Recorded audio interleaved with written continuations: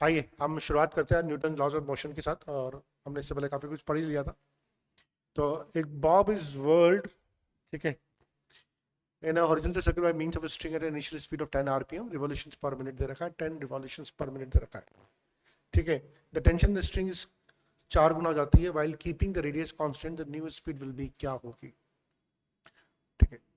तो देखिए जो सेंटीमीटर फोर्स होता है ना वो होता है एम ओमेगा स्क्वायर आर, और ये सेंटीमीटर फोर्स कौन देता है? टेंशन देता है। तो टेंशन इक्वल टू जाएगा एम ओमेगा स्क्वायर आर, ठीक है।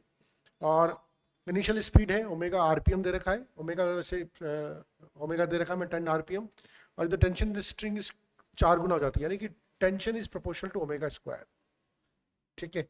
तो अगर टेंशन 4 गुना हो जाती है तो देखिए अपन लिख सकते हैं T two upon T one equal to omega two upon omega one का स्क्वायर, ठीक है। तो ओमेगा टू हो जाएगा, टी टू तो 4 गुना हो गया तो 4 इंटू ओमेगा वन का स्क्वायर, ठीक है। ओमेगा टू का स्क्वायर हो जाएगा 4 इंटू ओमेगा वन का स्क्वायर। ओमेगा वन जो है 10 आरपीएम है, तो ओमेगा टू इक्वल टू जाएगा 2 into omega one, square root ले लूँगा तो 20 आरपीएम। बहुत सिंपल सा सवाल है, कहीं गलत नहीं होना चाहिए।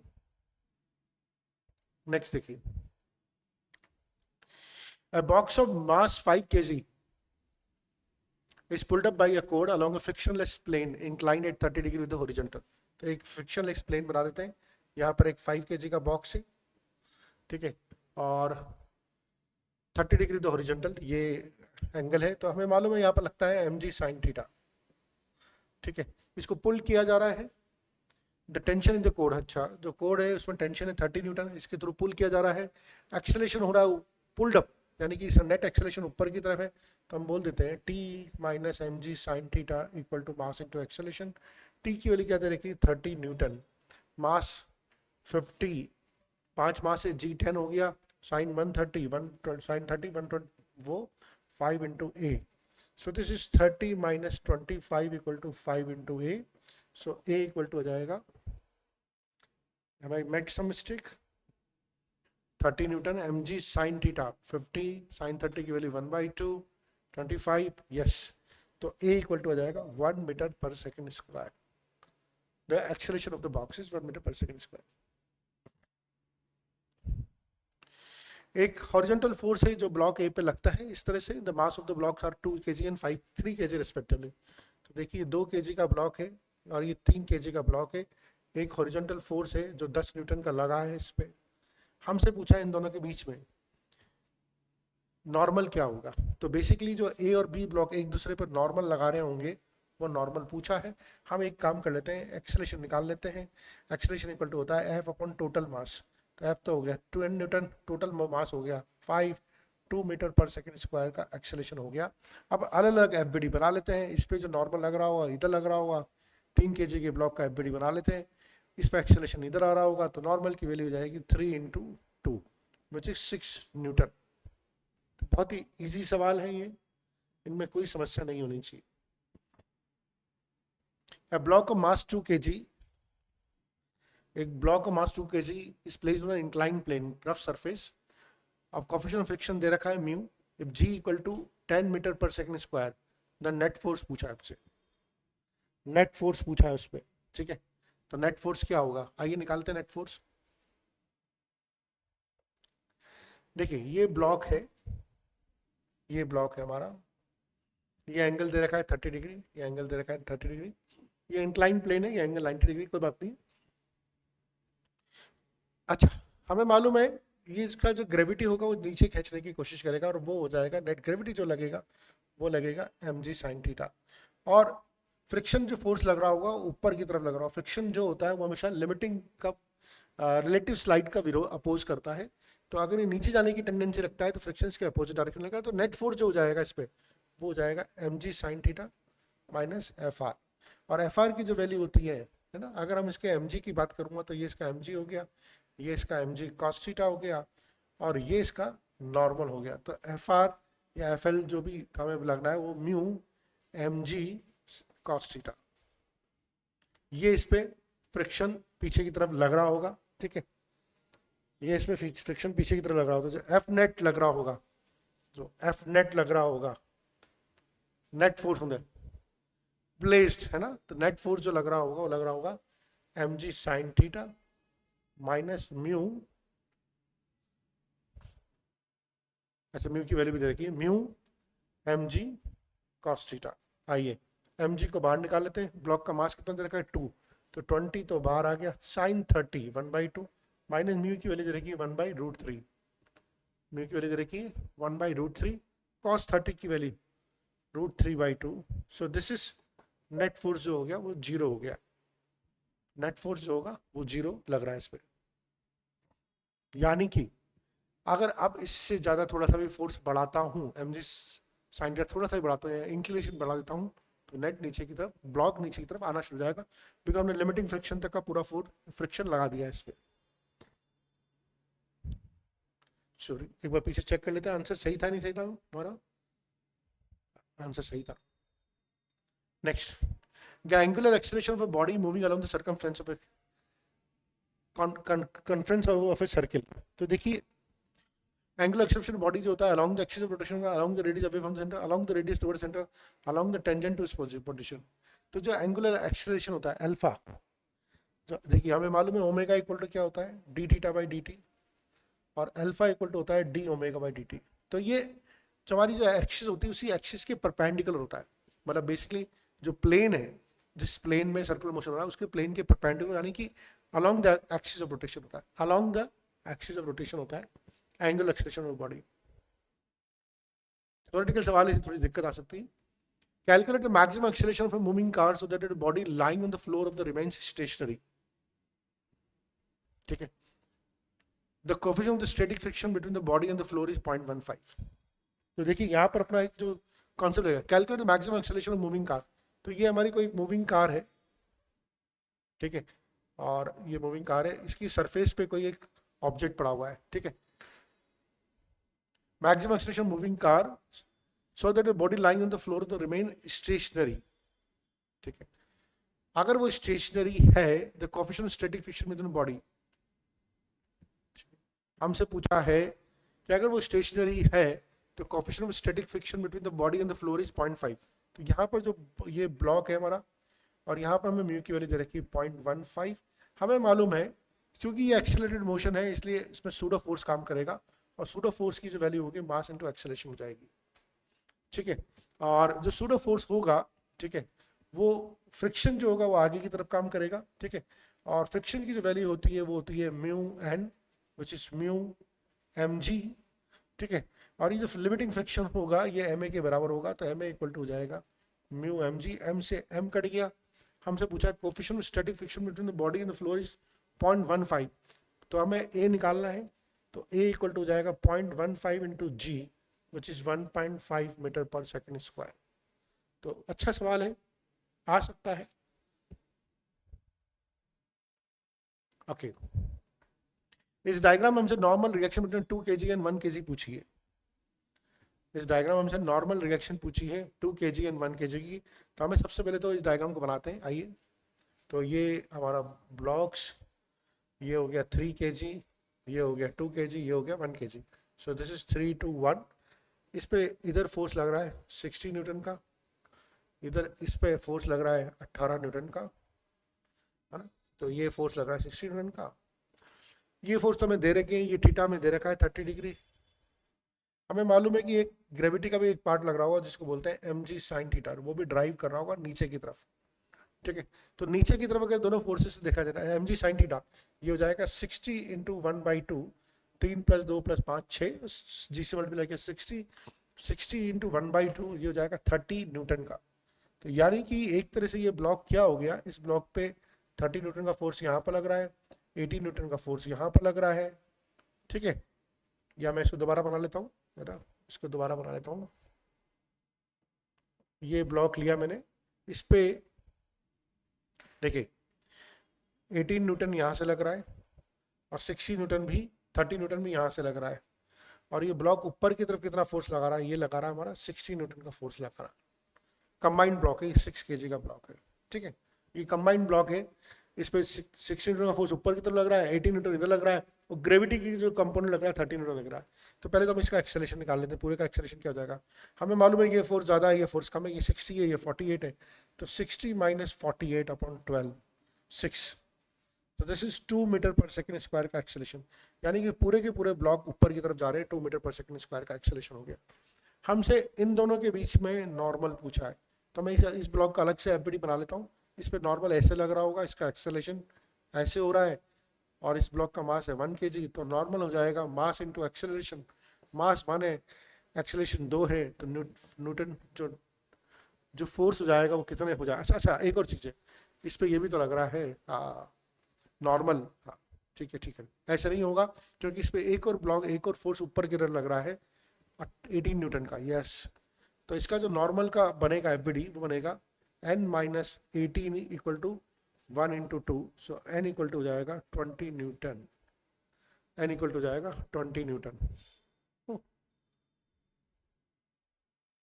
What is the problem? क्या एक्सेलरेशन गलत आया है हमारा? एक बार चेक कर लेते हैं। 30 plus 48 upon 6, so this is 2 metre per second square का एक्सेलरेशन आ गया, है ना। अब इसका मैंने एफबीडी बनाया, इस पर इधर नॉर्मल लग रहा होगा, इधर 18 न्यूटन लग रहा होगा, ऑब्वियसली नॉर्मल फोर्स ज़्यादा होगा और 18 कम होगा, तो 18 प्लस 2 20 न्यूटन। हाँ, मेरा तो 20 न्यूटन ही आ रहा है। n minus 18। और एक चीज़ और हमने गलती कर दी। सही बात है, सही बात है। There is one more mistake which you done it, so मुझे इसको करेक्ट करने दीजिए। मैं यहाँ पर स्क्रब कर देता हूँ, ठीक है, यहाँ पर स्क्रब कर देता हूँ। देखिए एक और चीज़ है जो वी हैव मिस्ड इट। ये जो है ब्लॉक, इस पर एक तो नॉर्मल तो लग ही रहा होगा, इधर से 18 न्यूटन का फोर्स भी लग रहा है, ये भी सही है, लेकिन एक इसका एक mg का कंपोनेंट भी होगा जो खुद नीचे की तरफ लग रहा होगा, और इसका अगर 1 kg का अगर mg का कंपोनेंट देखूंगा तो वो हो जाएगा g sin 30। g sin 30 मतलब 5 न्यूटन का कंपोनेंट भी इधर की तरफ लग रहा होगा। सो फाइनली ये होगा n minus 5 minus 18 equal to 2, which is n equal to 25 newton. अच्छा सवाल है, कई बार गलती कर देते हैं और हमने भी गलती कर दी थी यहाँ पर, ठीक है।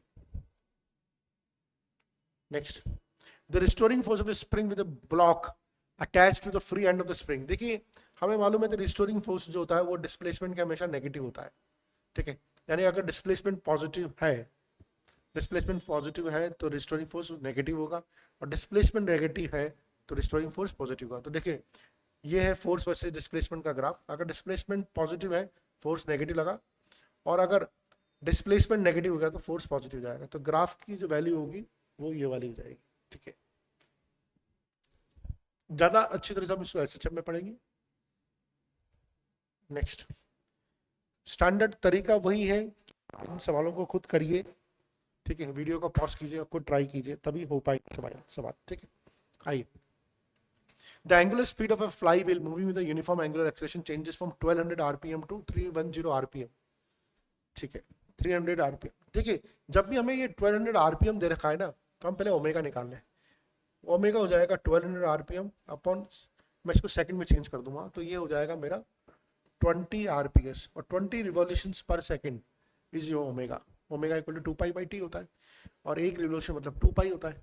तो ओमेगा हो गया आपका 20 रिवॉल्यूशंस पर सेकंड, है ना, ये आपका ओमेगा हो गया। इसी तरह से ओमेगा 1, ओमेगा 2 क्या दे रखा है आपको, 3120/60। इसको सॉल्व किया तो 52 आरपीएस, रिवॉल्यूशन पर सेकंड, ठीक है। तो हमने सबसे पहले तो इनको कन्वर्ट कर लिया। ये बेसिकली ये ओमेगा नहीं हुआ, ये एक तरह से फ्रीक्वेंसी हुई इसकी, F1 और F2 हुआ। अगर मुझे ओमेगा निकालना होगा तो इतने रिवॉल्यूशन एक सेकंड में लगा रहा है, तो ओमेगा हो जाएगा 2πf, तो ये हो जाएगा 40 ओमेगा हो जाएगा रेडियन पर सेकंड, और यहाँ से हो जाएगा ओमेगा 2 हो जाएगा 2πf1, यहाँ से हो जाएगा 2πf2, विच इज 105 रेडियन पर सेकंड। देखिए जब इन्होंने बोला था कि 1200 आरपीएम है, ये फ्रीक्वेंसी बोला, आरपीएम मतलब फ्रीक्वेंसी, इतने रिवॉल्यूशन 1 मिनट में लगा रहा है। मुझे फ्रीक्वेंसी चाहिए पर सेकंड में, तो मैंने 60 से डिवाइड करके निकाल लिया 20 रिवॉल्यूशन पर सेकंड, ये फ्रीक्वेंसी हुई। और ओमेगा इक्वल टू होता है 2πf, या तो 2 पाई एफ लिख लीजिए या 2 पाई/t लिख लीजिए, एफ दे रखा है 2 पाई। तो ये ओमेगा 1 और ओमेगा 2 आ गया मेरे पास। अब हमसे क्या पूछा है, एंगुलर एक्सेलरेशन। एंगुलर एक्सेलरेशन पूछा है, तो हमें फॉर्मूला पता है फॉर्मूला, ओमेगा इक्वल टू होता है omega 0 plus alpha T. Equation लगा दी हमने मोशन की, ठीक है। ये हो गया 104 पाई, ये हो गया 40 पाई, अल्फा निकालना है, टी कितना है 16 सेकेंड। इसको सॉल्व किया तो अल्फा इक्वल टू हो जाएगा 64/16 pi, which is 4 pi. So this is the answer. अच्छा क्वेश्चन है, गलती कर सकते हैं बच्चे। Next, a point mass is moved in a vertical circle of a radius r with the help of a string. The velocity of the mass is under root 7 gr at the lowest point. तो देखिए क्या है, यहां पर इसकी जो velocity है lowest point पे वो दे रखी है अंडर रूट 7 gr, ठीक है। हमसे लोएस्ट पॉइंट पे स्ट्रिंग की टेंशन पूछी है, ठीक है। टेंशन जो होती है ना, यहां से पता है टेंशन हमेशा जिस पॉइंट पे लगा होता है उस पॉइंट से अवे होती है। तो ये यहाँ पर हमें ये स्ट्रिंग ऐसे घूम रही है ना, हमसे टेंशन पूछी है। तो टेंशन कैसे निकालेंगे, with the help of a string. Tension कैसे निकालेंगे, तो हमें पता होना चाहिए ये टेंशन इधर है, इस पॉइंट की बात करूँ, टेंशन इधर है, mg इधर है, और सेंटीमीटर फोर्स मिलता है हमें T minus mg equal to mv²/r। तो T इक्वल टू हो जाएगा mg प्लस mv²/r। v की वैल्यू अंडर रूट 7 gr दे ही रखी है, तो ये रख देंगे यहाँ पर, तो दिस विल बिकम 8 mg। तो टेंशन हो जाएगी हमारी 8 mg। कोई दिक्कत, v की वैल्यू रख दीजिए आप अंडर रूट 7 gr यहाँ पर, है ना। तो r से r कट जाएगा और ये हो जाएगा 8 mg। तो लोवेस्ट पॉइंट पे जो टेंशन हो जाएगी 8 mg हो जाएगी हमारी। अच्छा सवाल है, ओके। हमें इसका ब्लॉक का ट्रॉली सिस्टम का एक्सेलरेशन निकालना है। Coefficient of kinetic friction with trolley in the surface दे रखा है। Mass of the string negligible, no other friction exist. देखिए सबसे पहले तो हम निकालते हैं एक्सेलरेशन, पूरे सिस्टम का एक्सेलरेशन क्या होता है। तो देखिए एक्सेलरेशन जो होता है, अच्छा हमें, अच्छा यहाँ पर हाँ, तो पहले एफवीडी बना लेते हैं। देखिए सबसे अच्छा होगा, ये ट्रॉली है, इसका मास है 10 kg, ठीक है। और ये एक स्ट्रिंग के सहारे, पुली के सहारे फिर ऐसे बंधी हुई है, ठीक है। तो डायग्राम गलत बन गया, दोबारा बना लेता हूँ। डायग्राम दोबारा बना, अच्छा डायग्राम अच्छा जरूरी है बनना, उसके ना क्लैरिटी नहीं आती। तो ये प्लेटफॉर्म हो गया, ये पुली लटक रही है इससे, इस पुली से एक मास लटक रहा है जिसका ब्लॉक 2 kg का मास का ब्लॉक लटक रहा है। ये एक आपकी ट्रॉली, ठीक है, ये उसके पहिए, इसका मास है 10 kg। यहाँ से ये रस्सी, ये तो ऐसे चल रहा है, ठीक है। अब देखिए इसमें फ्रिक्शन दिया हुआ है, तो सबसे पहले लिमिटिंग फ्रिक्शन, इसका फ्रिक्शन कैलकुलेट कर लेते हैं। काइनेटिक फ्रिक्शन हो जाएगा एफ के इक्वल टू हो जाएगा म्यू के इंटू एन। तो एफ के म्यू के कितना है 0.05, नॉर्मल 100, इसका नॉर्मल कितना होगा mg के बराबर, है ना। तो 10 kg का मास है तो 100 न्यूटन। तो ये हो जाएगा आपका एफ के जो लग रहा है वो 5 न्यूटन का जो फोर्स है ये पीछे की तरफ लग रहा है, ठीक है। यानी कि यहाँ पर आपको जो एफ के मिल रहा है वो लगातार 5 न्यूटन मिल रहा है। अब आपका नेट ड्राइविंग फोर्स की बात करें, जो नेट ड्राइविंग फोर्स है जो इसको चलाएगा, ये 2 kg का मास लटका हुआ है, तो ये नेट ड्राइविंग फोर्स 20 न्यूटन देगा। और 5 kg का फ्रिक्शन, 5 न्यूटन फ्रिक्शन पीछे की तरफ लटका हुआ है, तो 15 न्यूटन का तो आपको नेट ड्राइविंग फोर्स मिल गया। 15 न्यूटन का तो आपको नेट ड्राइविंग फोर्स मिल गया, और टोटल मास हो गया 12 kg का। तो ये हो गया 15/12, which is 4/3 net driving force, है ना। तो हमने नेट ड्राइविंग फोर्स को मास से डिवाइड कर दिया, तो हमने एक्सेलरेशन निकाल लिया। हमने क्या निकाल लिया, एक्सेलरेशन। हमारे पास एक्सेलरेशन आ गया 4/3 मीटर पर सेकंड स्क्वायर का। हमसे क्या पूछा है, हाँ यही तो पूछा था।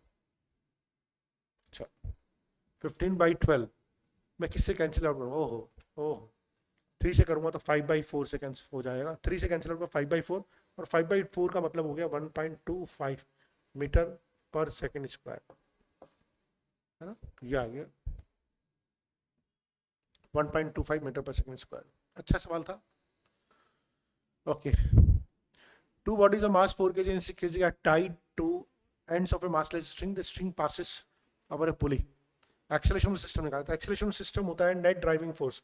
तो एक का हो जाएगा 6g, दूसरे का हो जाएगा -4g, एक ऊपर जाएगा एक नीचे जाएगा, टोटल मास हो जाएगा 10 kg, है ना। टोटल मास हो जाएगा 10 kg।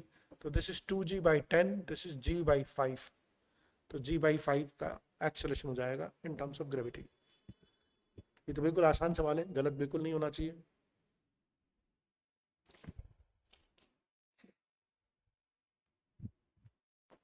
Okay.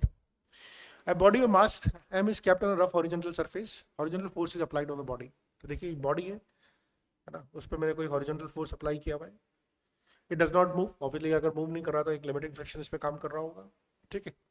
The resultant of normal reaction. Normal reaction क्या होगी? एंड यहाँ पर आएगी. And frictional force. तो रिजल्टेंट ऑफ नॉर्मल रिएक्शन और फ्रिक्शनल फोर्स. देखिए क्या होगा, ये नॉर्मल है, ये फ्रिक्शनल फोर्स है, तो रिजल्टेंट इसका क्या होगा? इसका रिजल्टेंट हो जाएगा under root N square plus F L का स्क्वायर. ठीक है.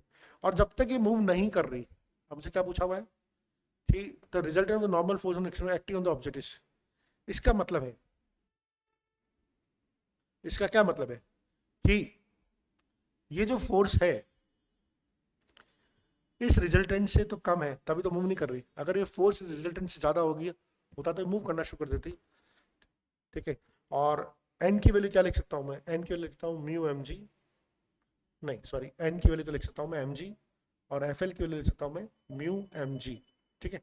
एन तो नॉर्मल है और लिमिटिंग फ्रिक्शन क्या होता है? Mu N. तो म्यू एम जी लिख दिया, और इसको इसमें हम पुट करके देखेंगे तो हमें मिल जाएगा F should be less than equal to M G under one plus mu square. बिल्कुल सिंपल. ओके. ये एक सवाल है. अच्छा, एक block of mass 10 kg in contact against the inner wall of a hollow cylindrical drum. तो ये होलो cylindrical drum है. ठीक है. यहाँ पर कोई ब्लॉक है, ये कोई ब्लॉक है. Coefficient of friction between the block and the inner wall of the radius is 0.1. ये जो सरफेस का जो फ्रिक्शन है 0.1 है. The minimum angular velocity needed for the cylinder to keep the block stationary. तो हम इसको कितनी स्पीड से घुमाएं ताकि और वर्टिकल, अच्छा वर्टिकल एक्सिस पे रोटेट करना है, ऐसे रोटेट करवाना है इसको. ब्लॉक को स्टेशन रखना है. अच्छा, ब्लॉक को स्टेशन रखना है तो इसका एमजी तो नीचे की तरफ काम करेगा, और अगर मुझे इसको स्टेशन रखना है यानी कि फ्रिक्शन को ऊपर की तरफ काम करवाना पड़ेगा. ठीक है. फ्रिक्शन कौन देगा? फ्रिक्शन देगा नॉर्मल सेंटीमीटर फोर्स. ये फ्रिक्शन जनरेट कैसे होगा? नॉर्मल देगा. ऑब्वियसली नॉर्मल देगा, लेकिन नॉर्मल कहाँ से आएगा? जब इसको घुमा रहे हैं, यानी कि इसकी सर्कुलर मोशन से, यानी कि सेंटीमीटर जो फोर्स लग रहा है. तो इसको बराबर कर देते हैं, है ना, इसको बराबर कर देते हैं. तो एफ आर की वैल्यू जो जाएगी म्यू एन और mu M omega square are.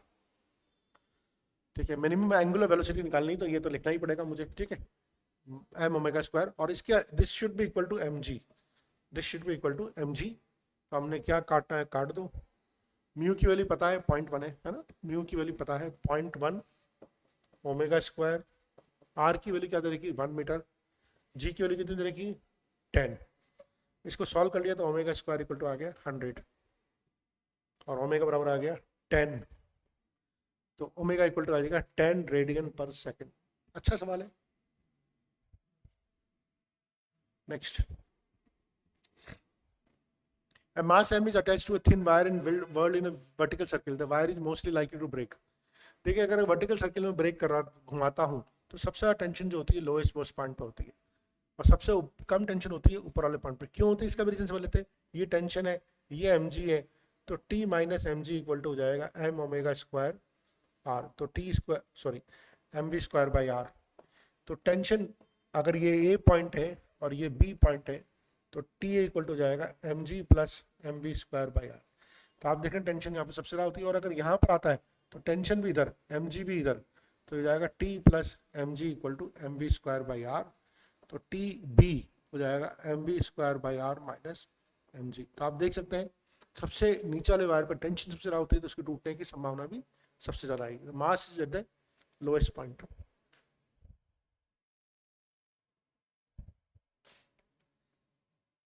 Which one of the following statement is incorrect? ठीक है. Which of the following statement is incorrect? तो जब भी इस तरह का सवाल आए सबसे पहले तो हमें देख लेना चाहिए फॉल्स की बात कर रहा है. कौन सा स्टेटमेंट इसमें से फॉल्स है? Frictional force opposes the relative motion. बिल्कुल सही है. Frictional force relative motion oppose करता है. Limiting value of static friction is directly proportional to normal reaction. तो limiting value F L equal to mu into N. बिल्कुल normal के directly proportional होता है. Rolling friction is smaller than sliding friction. ये भी बात बिल्कुल सही है. रोल कराने में कम फ्रिक्शन लगता है, तो ये भी सही है. Coefficient of sliding friction is dimension of length. देख लेते हैं. देखिए कोएफिशिएंट ऑफ स्लाइडिंग फ्रिक्शन, तो कोई सा भी फ्रिक्शन हो, लिमिटिंग फ्रिक्शन हो, स्लाइडिंग फ्रिक्शन हो, एफ के हो, कुछ भी हो, हम उसकी डायमेंशन निकाल लेते हैं. तो म्यू के इक्वल टू हो जाएगा एफ बाई एन. दोनों न्यूटन में, तो डायमेंशन लेस होगा, कभी लेंथ की डायमेंशन तो हो ही नहीं सकती, है ना. तो ये गलत है. ठीक है, यही निकालना था मैं. A block of mass m is placed on a smooth inclined wedge of inclination theta is shown in the figure. The wedge is given acceleration a towards the right. तो देखिए एक्सेलरेटेड मोशन हो गया, इसका मतलब है इसमें कहने का सूडो फोर्स लगेगा, ठीक है, इस पे सूडो फोर्स लगेगा. The relation between the a and theta for the block to remain stationary on the wedge. हमें इस पे इसको स्टेशनरी रखना है, तो आइए कैसे रखेंगे, इसको बनाते हैं. ये एम मास का, सॉरी दोबारा बनाते हैं. तो ये हमारा इंक्लाइन प्लेन, ये ब्लॉक एम मास का ब्लॉक, इस पे ऐसे सूडो फोर्स लगेगा, फिर एक्सेलरेशन दे, ये एम ए लगेगा, बिल्कुल सही है. ये एंगल थीटा, ठीक है, तो ये वाला एंगल भी थीटा. तो हमारे पास ये जो यहाँ पर मिल जाएगा, ये मिल जाएगा एम ए कॉस थीटा, ठीक है, और यहाँ पर मिलेगा ग्रेविटी का part M G sine theta. Stationary रखना है, इसका मतलब है कि this should equal to this. तो M A cos theta should equal to M G sine theta. जो कट रहा है उसको काट दीजिए, ए इक्वल टू आ जाएगा G tan theta, A equal to आ जाएगा G tan theta, equal to G tan theta.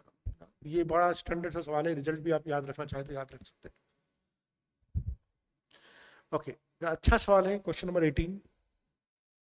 देखिए, टू ब्लॉक्स है, masses 3m and m respectively are connected by massless and inextensible string. The whole system is suspended by a massless spring as shown in the figure. The magnitude of the acceleration of a and b immediately after the string is cut.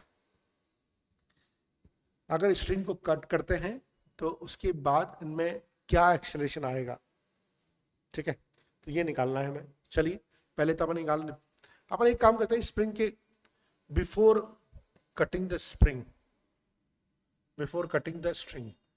को काट रहे. अच्छा, string का मतलब क्या होता है? String का मतलब है कि ये ए और बी के बीच में जो स्ट्रिंग है इसको काट रहे. स्ट्रिंग का मतलब है ए और बी के बीच की जो स्ट्रिंग है उसको काट रहे, ठीक है. तो हमें तो पहले तो टेंशन कैलकुलेट कर लेते हैं कि ए और बी में क्या क्या टेंशन लग रही होगी. तो ए के लिए पूछते हैं, ए मतलब 3m मास का ब्लॉक है, ऊपर एक फोर्स लग रहा होगा, इसको बोलेंगे स्प्रिंग फोर्स, एफ भी बोल रहे होंगे इसको. नीचे क्या लग रहा होगा? टेंशन भी लग रही होगी, टेंशन तो लगी रही होगी, प्लस इसका खुद का मास भी होगा 3mg. टेंशन भी लग रही होगी, 3mg का मास भी होगा. अच्छा, अब सेकंड वाले ब्लॉक के लिए बना लें, m मास के ब्लॉक के लिए बना लें.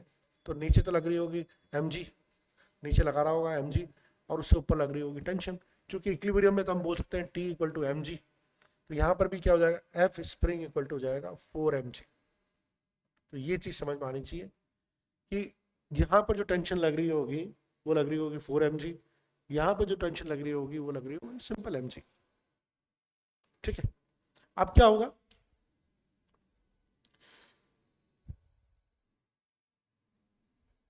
मेरे ख्याल से क्लियर है, ठीक है.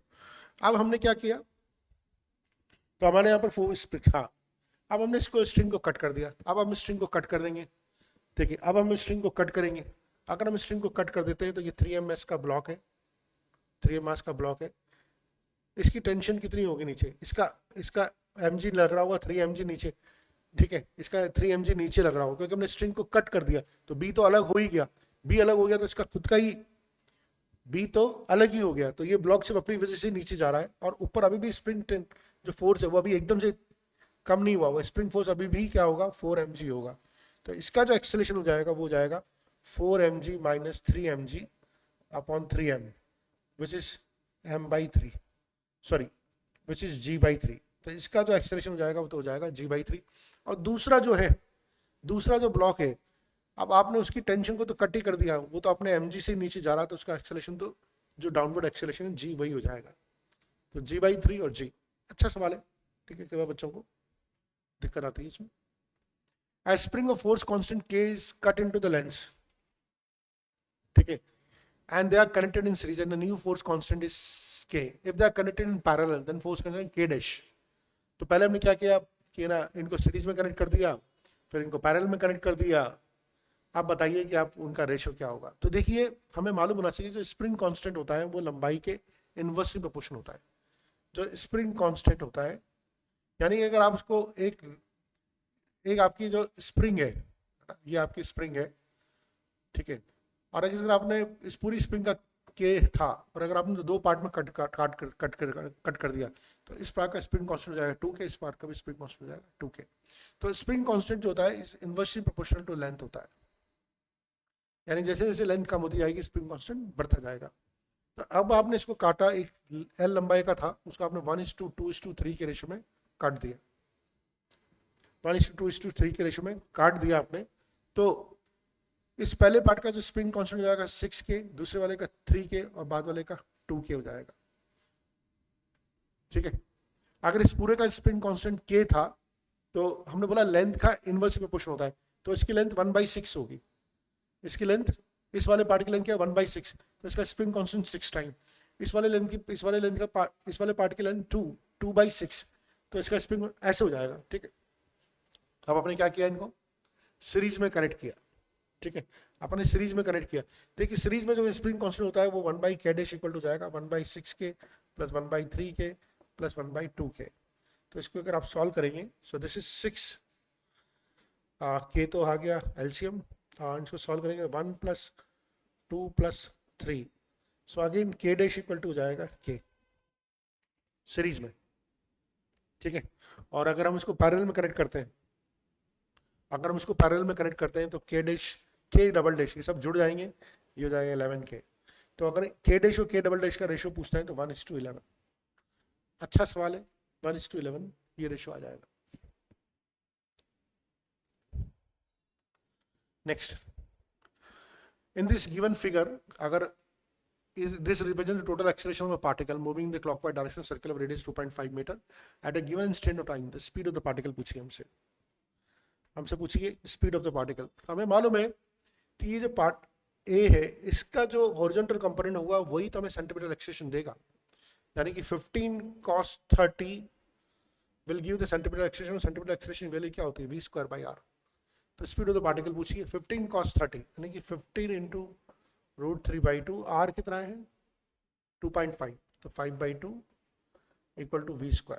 एंड इसको हम सॉल्व कर सकते हैं, इसको हम सॉल्व करेंगे तो हमें मिल जाएगा, तो approximation, so this is 75/4 × √3 v², and if you solve this is approximately 5.7 metre per second.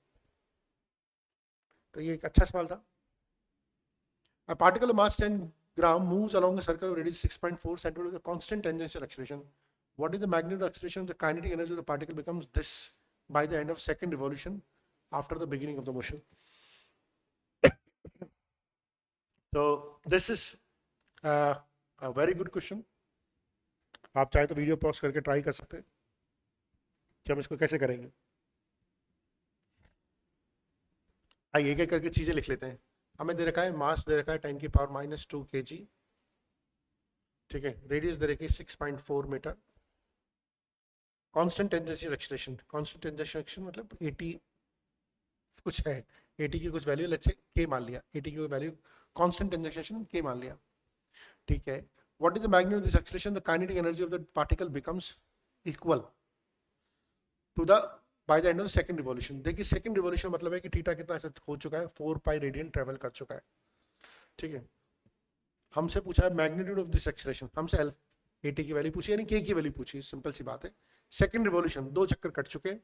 ठीक है, okay, constant moves along the circle. ठीक है, तो सबसे पहले तो हम देखें कि हमें मालूम है 80 इक्वल टू होता है r अल्फा, बिल्कुल सही है। 80 की वैल्यू कितनी है k मान लिया अपन ने, r कितना है 6.4 मीटर और ये हो गया अल्फा, तो अल्फा इक्वल टू हो गया k/6.4, है ना, ये एक रिलेशन अपने पास आ गया। ठीक है, अब क्या हो गया,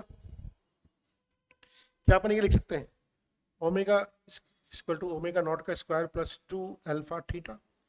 शुरू में कांस्टेंट टेंजेंशियल एक्सेलरेशन चल रहा है, इसका मतलब है कि हम मान सकते हैं कि शुरू में इसकी एंगल वेलोसिटी 0 थी, तो ओमेगा स्क्वायर इक्वल टू जाएगा 2 अल्फा k/6.4 इंटू थीटा, और थीटा की वैल्यू तो मालूम ही अपन को 2/4π है, तो अपन बोल सकते हैं इसको 8πk, आज छोड़ दो उसको, अपन भाई r ही लिख लेते हैं, बाद में सॉल्व कर लेंगे, 8πk/r। ये मेरी आ गई ओमेगा स्क्वायर की वैल्यू। ठीक है, मेरी ये ओमेगा स्क्वायर की वैल्यू आ गई। अब मुझे मालूम है पार्टिकल की काइनेटिक एनर्जी जो है इतनी जाती है, यानी कि पार्टिकल की काइनेटिक एनर्जी यानी कि 1/2 mv² इक्वल टू दे रखा है कुछ 8 इंटू 10⁻⁻4 जूल। अच्छा, v को लिख सकता हूँ मैं आर ओमेगा, यानी कि 1/2 m R square omega square upon 8 into 10⁻⁻4। तो देखिए वैल्यूज पुट कर दूँ, 1/2 मास की वैल्यू कितनी है 10⁻²। आर छोड़ दो अभी भी क्योंकि आर स्क्वायर है, ओमेगा स्क्वायर कितना हो गया यहाँ से 8 पाई के बाई आर बराबर 8 इंटू 10⁻⁻4। इससे ये कट जाएगा, एक आर बचा, पाई की वैल्यू आपको पता ही है, यहाँ से आप सॉल्व करके इसको आराम से के की वैल्यू निकाल सकते हैं। और आई डोंट नो मतलब के की वैल्यू जो आएगी शायद 0.1 मीटर पर सेकंड स्क्वायर। तो अच्छा सवाल है, और देख भी सकते हैं सिर्फ 36% बच्चे ही ठीक कर पाए इसको।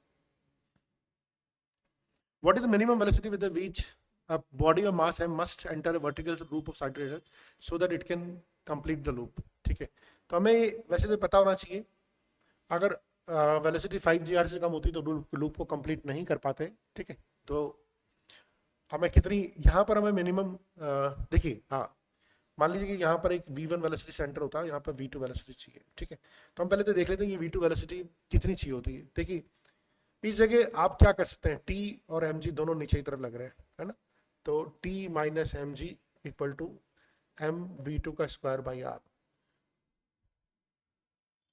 नहीं t plus M G equal to M V two का स्क्वायर बाई आर, यही कर सकते हैं ना। और क्या हो सकता है यहाँ पर मिनिमम, क्या हो सकता है, टेंशन जीरो हो सकती है, तो v2 इक्वल टू क्या हो जाएगा अंडर रूट जी आर, यानी कि आपको यहाँ पर टॉप मोस्ट पॉइंट पर minimum under root G R की वेलोसिटी चाहिए होगी अगर आपको सर्किल कंप्लीट करना है, लूप कंप्लीट करना है, तो वर्टिकल सर्किल कंप्लीट करना है। और हमें मालूम है कंजर्वेशन मैकेनिकल एनालिसिस से v1 का स्क्वायर इक्वल टू होता है v2 का स्क्वायर प्लस 2gh। तो v1 का स्क्वायर v2 का स्क्वायर तो ये हो गया 2gr और ये हो जाएगा 2g इंटू 2r, तो दिस इज 5gr। तो v1 इक्वल टू हो जाएगा अंडर रूट 5gr, यानी आपको मिनिमम अंडर रूट 5gr की वेलोसिटी चाहिए होगी, तब जाके आप लूप कंप्लीट करेंगे और तब जाके आपको ऊपर अंडर रूट gr की वेलोसिटी मिलेगी। अच्छा सवाल है, याद होना चाहिए। A car is negotiating a curved radius of curved road of radius r. Road is banged at an angle theta. The coefficient of friction between the tires of a car and the road is mu s. तो maximum safety velocity on this road, देखिए जब भी maximum safety velocity की बात करते हैं इसका मतलब है कि आपका जो फ्रिक्शन है वो अंदर की तरफ काम कर रहा है। ठीक है, अब अपन बाकी कंपोनेंट्स भी दिखाना शुरू कर देते हैं। ठीक है, ये आपका mg लगा, ठीक है, अच्छा ये mg लगा, ठीक है, और ये ऑब्वियसली आपका नॉर्मल होगा, ठीक है, और ये थीटा, तो ये नॉर्मल का n cos थीटा यहाँ पर लग गया, n cos थीटा यहाँ पर लग गया। ठीक है, और हम ये भी देख सकते हैं कि हमें जो सेंटीमीटर फोर्स मिल रहा होगा वो मिल रहा होगा mv स्क्वायर बाई आर। ठीक है, और ये वाला जो एंगल होगा ये हमें मिल जाएगा, क्या मिल जाएगा, ये वाला एंगल, अगर ये थीटा है तो ये भी थीटा होगा, तो ये हो जाएगा आपका एफ कॉस थीटा, और इधर की बात करें नॉर्मल का ये कंपोनेंट निकालेंगे तो ये हो जाएगा एन साइन थीटा। सो हमें एक इक्वेशन मिल रही है F cos theta plus N sine theta equal to M V square by R. ठीक है, F cos theta plus N sine theta equal to M V square by R, और क्या मिल रहा है, अगर ये एफ है ये थीटा है तो यहाँ पर आके जुड़ेगा एफ साइन थीटा।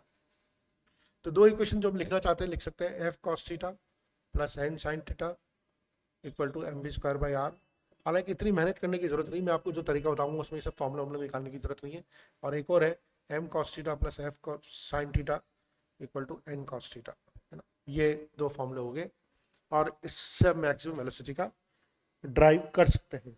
ठीक है, लेकिन एक बहुत लॉजिकल तरीका है इसको करने का, बहुत ही ज़्यादा लॉजिकल, और जो हमने यूनिट डायमेंशन में पढ़ा था डायमेंशन एनालिसिस, हम इसको डायमेंशन एनालिसिस से कर सकते हैं। आपको कोई फॉर्मूला भी याद करने की जरूरत नहीं है अगर आपके पास ऑप्शन इस तरह के हों तो। आइए देखते हैं कैसे करते हैं।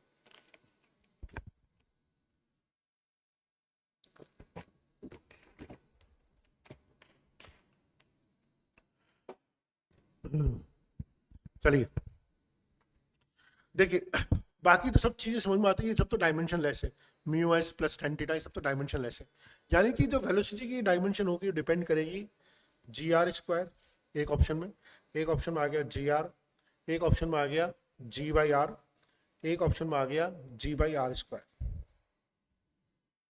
आप खुद देख लो वेलोसिटी किसके साथ मैच करेगी, जी आर, ये क्या है, metre per second square into metre, तो ये हो जाएगा metre square upon second square, और इसका स्क्वायर मीटर बाय सेकंड आ जाएगा।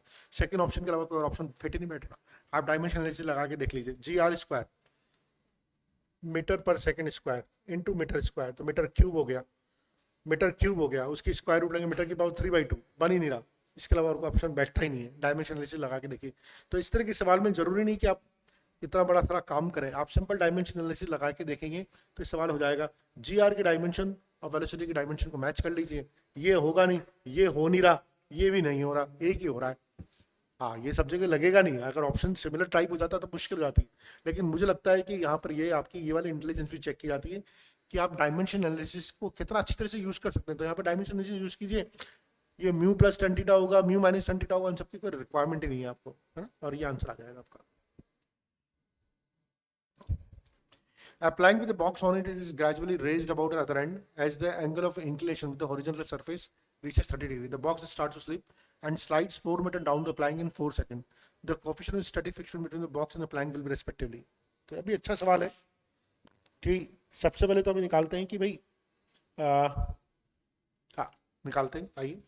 तो ये एक हमारे पास इंक्लाइन प्लेन है, इस पर एक बॉक्स रखा हुआ है और इसका mg नीचे काम करेगा ऑब्वियसली, और ये mg साइन थीटा इधर की तरफ काम करेगा, फ्रिक्शन इधर की तरफ काम करेगा, स्लाइड करने का मोशन करेगा, ठीक है, फ्रिक्शन इधर की तरफ काम करेगा, ठीक है। एंड ऑब्वियसली अगर ये थीटा हुआ, जैसे कि बोलो ये थीटा है, तो ये हो जाएगा mg cos थीटा, ठीक है। ये फ्रिक्शन इधर की तरफ काम करेगा ही सही। तो हमें निकालना है, box starts to slip, 30 degree पे स्लिप करना शुरू कर देता है, 30 डिग्री के पहले तो स्लिप नहीं करता, ठीक है। तो हम पहले तो ये निकाल लेते हैं कि हमें मालूम है कि जो नॉर्मल लग रहा होगा वो लग रहा होगा ये। तो हम ये भी बोल सकते हैं कि जब ये स्लिप नहीं कर रहा तो mg sin theta is equal to limiting friction which is mu mg cos theta, है ना। तो यहाँ से हमें मिल सकता है, यहाँ से मिल सकता है tan theta equal to mu, ठीक है, tan theta equal to mu, और tan थीटा की वैल्यू कितनी है आपकी, tan थीटा की वैल्यू है आपकी √3, है ना। tan थीटा की वैल्यू है √3, tan थीटा, थीटा 30 डिग्री है, थीटा 30 डिग्री है, तो म्यू इक्वल टू हो जाएगा 1/√3, म्यू इक्वल टू हो जाएगा 1/√3, और 1/√3 की जो वैल्यू आ जाएगी अप्रॉक्सीमेटली वो आ जाएगी आपकी 0.4, 1/√3 की जो अप्रॉक्सीमेटली वैल्यू आ जाएगी वो आ जाएगी 0.4, ठीक है। ये तो हो गया म्यू, है ना। लेकिन अब आप एक और चीज देखिए, the coefficient of static and, अब ये तो हमने स्टैटिक निकाल लिया, लेकिन अगर ये वाला धीरे धीरे हम एंगल बढ़ाते जा रहे हैं तो ये स्लाइड करना शुरू कर देगा, ये स्लाइड करना शुरू कर देगा। तो आप देखिए it slides 4 meter down the plank in 4 second, तो 4 meter down the plank in 4 second, तो हम ये निकाल लेते हैं कि भाई अगर 4 मीटर नीचे जाता है तो कितना टाइम लगेगा। तो हमारी इक्वेशन होती है s equal to ut plus half at square. 4 metre चला, ये तो इनिशियल तो 0 है, हाफ ये पता नहीं है, ये तो निकालना है। डाउनवर्ड एक्सेलरेशन, डाउनवर्ड टाइम कितना लग रहा है इसको, डाउन लग रहा है 4 सेकंड 16, तो ये हो गया एक्सेलरेशन, तो हो गया हाफ, एक्सेलरेशन तो हो गया हाफ। अब हम ये देखें कि जब ये मोशन में, जब इसका एक्सेलरेशन है तो इसमें कौन कौन से फोर्स लग रहे हैं। एक तो mg sin थीटा नीचे की तरफ लग रहा है, ठीक है, और एक ऊपर क्या लग रहा है, म्यू। हाँ, तो देखिए ये हो जाएगा mg sin theta minus mu K mg cos theta equal to mass into acceleration, है ना। ये फाइनल इक्वेशन होगी, इसमें जो जो कटना है काट दो, ये कट गया, ये कट गया, जी बाहर निकाल लो, ये हो गया sin theta minus mu K cos theta equal to half, acceleration value half है। और अगर हम इसको सॉल्व करते हैं, है ना, सॉरी 1/√3 की जो वैल्यू आ रही है, 1/√3 का अपन सॉल्व करके तो 0.6 के आसपास वैल्यू आ रही है। 1/√3 जो आ रहा है वो 0.6 आ रहा है, और जब हम इसको सॉल्व करेंगे तो म्यू के की वैल्यू आ रही है, वो आ रही है 0.5। वैसे भी याद रखिए काइनेटिक फ्रिक्शन हमेशा स्टैटिक फ्रिक्शन से ज़्यादा ही होता है। तो coefficient of static and kinetic friction, तो आप देखिए स्टैटिक फ्रिक्शन हमेशा ज़्यादा होगा। अगर आपने स्टैटिक फ्रिक्शन 0.6 निकाल लिया था तो फिर तो हमें सेकंड ऑप्शन निकालने की जरूरत ही नहीं थी, हम सीधा ये बोल सकते हैं, मतलब ये अंडरस्टूड होता है कि काइनेटिक फ्रिक्शन हमेशा स्टैटिक फ्रिक्शन से कम होता है। तो अगर आपका ये 0.6 आ गया तो आप सीधा 0.5 पे क्लिक कर सकते हो, और कोई ऑप्शन ही नहीं है। तो जरूरी नहीं है कि आप ये पूरी की पूरी गणित लगाएं। अगर आपको मालूम है कि यार इसका स्टैटिस्टिक्स 0.6 आ गया, और 0.6 कैसे आ गया था, म्यू इक्वल टू 1/√3 से 0.6 आ गया, 1/√3 को सॉल्व करेंगे तो अप्रॉक्सिमेटली 0.6 आ गया था। अच्छा सवाल है। 3 ब्लॉक्स है, 4 kg, 2 kg एंड 1 kg के, okay, and they are in contact of frictional surface shown in the figure, a force of 14 newton is applied on the 4 kg block, ठीक है। तो this is 4 kg, 2 kg, 1 kg, इस पे force 14 Newton का force लगाया, तो acceleration कितना हो जाएगा, 14/7, मतलब 2 मीटर पर सेकंड स्क्वायर का एक्सेलरेशन हो जाएगा। कॉन्टैक्ट फोर्स पूछा है ए और बी के बीच में, तो किसी का भी आप एफबीडी बनाते, मान लीजिए 4 kg का एफबीडी बना देते हैं, इस पे कॉन्टैक्ट फोर्स इधर लग रहा है, इस पे फोर्स इधर लग रहा है, एक्सेलरेशन इधर हो रहा है, तो क्या बोल सकता हूँ, force minus contact force equal to acceleration कितना है, 2 का, तो 8 हो गया। तो फोर्स कितना था, 14 न्यूटन का, तो 14 माइनस एन इक्वल टू 8, तो एन इक्वल टू हो जाएगा 6, कॉन्टैक्ट फोर्स 6 न्यूटन का आ गया। एफबीडी बनाना बहुत जरूरी है, उसी से गणित चलेगी आगे। और ये एक सवाल और ले लेते हैं हम, उसके बाद शायद हम लास्ट सवाल है। A block of mass m1 rests on a horizontal table. A light string connected to it passes over a frictionless pulley at the edge of a table. तो हम पहले तो टेबल बना लेते हैं, यहाँ पर एक पुली बना लेते हैं, ठीक है। मास m1 को हॉरिजॉन्टल टेबल पर रेस्ट करा देते हैं, यहाँ से एक स्ट्रिंग बांध देते हैं, ठीक है। Another block is suspended. Mass block B है, ये ब्लॉक A है, m2 मास का ब्लॉक B है, ये सस्पेंडेड है, तो इसका m2g नीचे लग रहा होगा। तो coefficient of kinetic friction between block and table is mu के, तो ये हमें म्यू के दे रखा है, ठीक है। When the block is sliding on the table, अच्छा मूवमेंट है, इसका मतलब है कि काइनेटिक फ्रिक्शन काम कर रहा है। तो सबसे पहले तो हम नेट ड्राइविंग फोर्स निकालते हैं, नेट ड्राइविंग फोर्स। तो नेट ड्राइविंग फोर्स क्या हो जाएगा, देखिए यहाँ पर जो लिमिटिंग एफ के निकलेगा ना, एफ के जो काइनेटिक फ्रिक्शन लगेगा वो लगेगा म्यू m1g, इसमें कोई डाउट नहीं होना चाहिए, म्यू एन होता है, इसका एन जो हो जाएगा m1g हो जाएगा। तो नेट ड्राइविंग फोर्स हो जाएगा m2g माइनस म्यू m1g, ये नेट ड्राइविंग फोर्स हो जाएगा। एक्सेलरेशन हो जाएगा m2g minus mu m1g upon m1 plus m2, ये तो एक्सेलरेशन हो जाएगा। हमसे एक्सेलरेशन नहीं पूछा है, हमसे पूछा है स्ट्रिंग में टेंशन क्या होगी, हमसे स्ट्रिंग में टेंशन पूछी, तो स्ट्रिंग में टेंशन जो जाएगी वो जाएगी t minus m2g upon m2 into A, तो t इक्वल टू जाएगा m2g प्लस m2g और m2, और a की वैल्यू लिख दूंगा यहाँ से उठा के यहाँ पर रख दूंगा, और इस तरह से मैं इसको सॉल्व कर लूंगा, और मैं इस तरह से स्ट्रिंग में टेंशन निकाल सकता हूँ।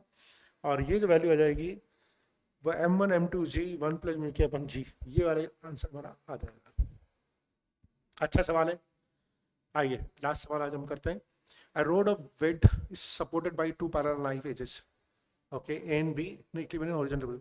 तो एक रोड है, यहाँ पर हम इनको सपोर्ट किया हुआ है हमने, ठीक है। इसका okay, the knife at distance d from each other, इनका दोनों के डिस्टेंस d है एक दूसरे से। The centre of the mass of the rod is at a distance a from a, okay. तो सेंटर ऑफ मास जो होगा वो, मान लीजिए आप में रोड A है, ये रोड का एंड B है, यहाँ से आपको x डिस्टेंस पे दे रखा है।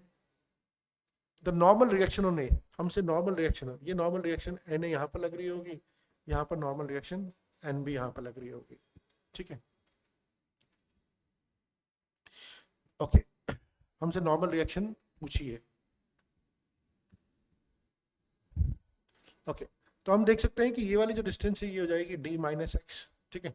किसी भी एक के अक्रॉस अपन टॉर्क निकाल लेते हैं, इक्विलिब्रियम में किसी भी एक के अक्रॉस अपन टॉर्क निकाल लेते हैं, एन के अक्रॉस तो टॉर्क निकाल नहीं सकते वरना एन ए जीरो हो जाएगा। तो मैं जिसके अक्रॉस टॉर्क निकाला उसके अक्रॉस जीरो कर देता हूँ, इसके अक्रॉस मैंने टॉर्क लगाया तो ये इसको जीरो कर दूंगा, ये मेरी रेफरेंस एक्सिस ले लूंगा। अब देखिए आप जो आर क्रॉस एफ करते हैं, आर जो है पूरा डी है और एफ जो नॉर्मल लग रहा है, तो ये हो जाएगा डी इंटू एन ए, ठीक है। और ये मेरा सेंटर ऑफ मास है, ये मेरा सेंटर मास है, इसका जो W लग रहा होगा, इसका जो W लग रहा होगा नीचे की तरफ लग रहा होगा, और डिस्टेंस क्या होगी d माइनस एक्स, तो W into D minus X. तो नॉर्मल जो हो जाएगा मेरा वो हो जाएगा W into D minus X upon N A, sorry D, W into D minus X upon D. So this is how we will solve this, ठीक है। 44% बच्चे ही इस सवाल को सही कर पाए, इसका मतलब ये थोड़ा टफ सवाल है। So that brings us to the end of the NLM. Thank you.